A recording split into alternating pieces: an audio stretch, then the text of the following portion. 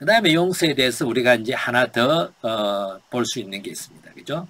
그게 뭐냐 하면은 용서란 또렷이 기억하는 거. 또렷이 기억한다는 것은 우리가 때로는 잊어버리면 좋겠는데 상처의 기억들은요 안 잊어져요. 상처의 기억들은 자기 자신이 엄청 아팠던 것이고 고통스러운 기억이기 때문에 잊어버리기보다 어떻게 해야 돼요? 오히려 기억해야 되는 거죠. 기억하는 이유가 뭘까요? 왜 기억하고 있는 게 좋을까요? 그리고 왜 기억해야 된다고 말할까요?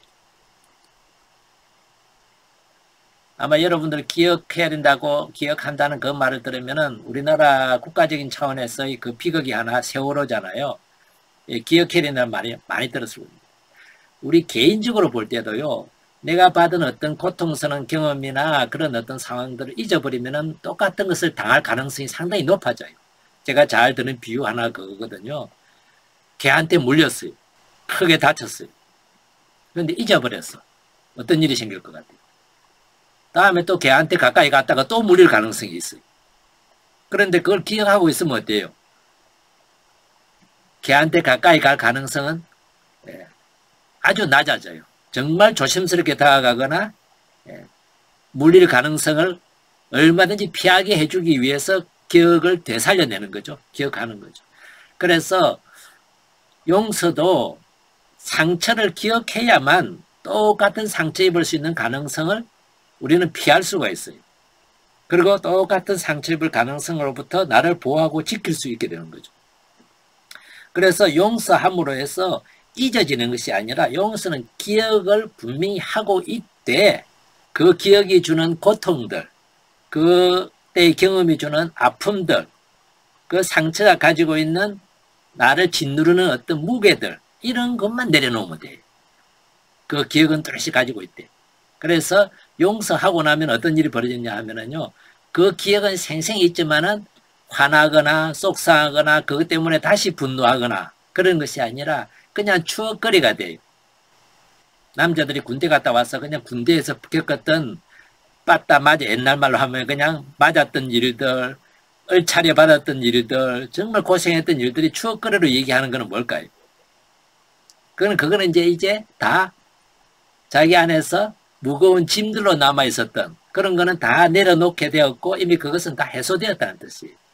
그게 상처였다면 치유되었다는 의미이기도 해요. 치유되고 나면은 그냥 편하게 자유롭게 거기에 얽매이지 않으면서도 얘기할 수 있는 거죠.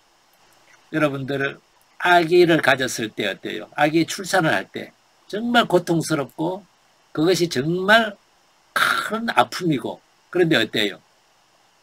그 출산이 끝나고 나면은 그 고통은 어때요? 기억은 남아있지만은 아마 그 두려움이 계속된다면 어떨 것 같아요? 둘째, 셋째는 이 세상 구경을 못했을 거예요.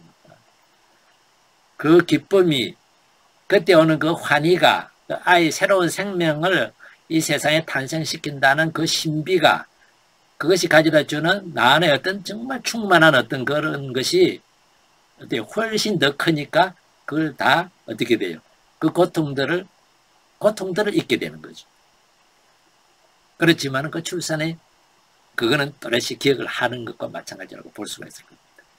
그래서 우리가 용서라는 것을 떠올릴 때 그냥 잊어버린다. 자꾸 기억이 새록새록 되살아난다 하는데 초점을 맞추기보다 그건 당연히 기억은 되살아나야 되는데 되살아날 때 감정도 같이 되살아나는지 그때의 아픔도 고통도 같이 되살아나는지 구분을 해보는 건 좋습니다.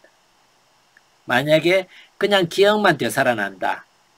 제가 고등학교 다닐 때 그 담임 선생님으로부터 아직도 기억이 나요. 그냥 뺨을 한 대 맞은 적이 있거든요. 그런데 그 기억은 남아있지만은 그때 정말 억울하고 화가 나고 그 선생님께 막 대들고 싶었지만은 제가 또 양반집 아들이었잖아요. 그러다 보니까 예의를 지켜야 되고 선생님한테 그림자도 밟지 말아야 되는 그러다 보니까 말 한마디 못하고 그 억울함을 그냥 꾹꾹 누르고 그 분노를 꾹꾹 누르고 지나왔지만은 지금은 그때 그것을 그냥 얘기할 수 있고 화가 나지 않아요. 그런데 그 선생님을 만약에 길에서 만난다면은 물어보고 싶어요. 그때 한 대 맞고 제가 얼마나 아팠는지 선생님 알기나 해요 하고 한번 물어는 보고 싶어요. 이게 왜냐하면 또렷이 기억하는 거죠.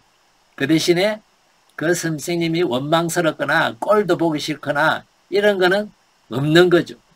이것이 이제 우리가 기억하는 것과 그 기억과 더불어서 감정 기억도 같이 올라오는 것과 이제 다름입니다. 차이죠. 조금 쉬셨다가 오래 이렇게 하기보다 지금 우리가 세 가지를 우리가 용서에 대해서 우리의 관점이나 또 용서에 대한 개념을 좀 확장하기 위해서 세 가지를 말씀드렸거든요. 하나는 용서는 나에게 주는 선물이다. 한마디로 나를 고통이나 상처로부터 해방시키고 자유를 주는 것이다. 그 다음에 용서는 의무가 아니고 권리다. 내가 선택할 수 있는 거다는 거.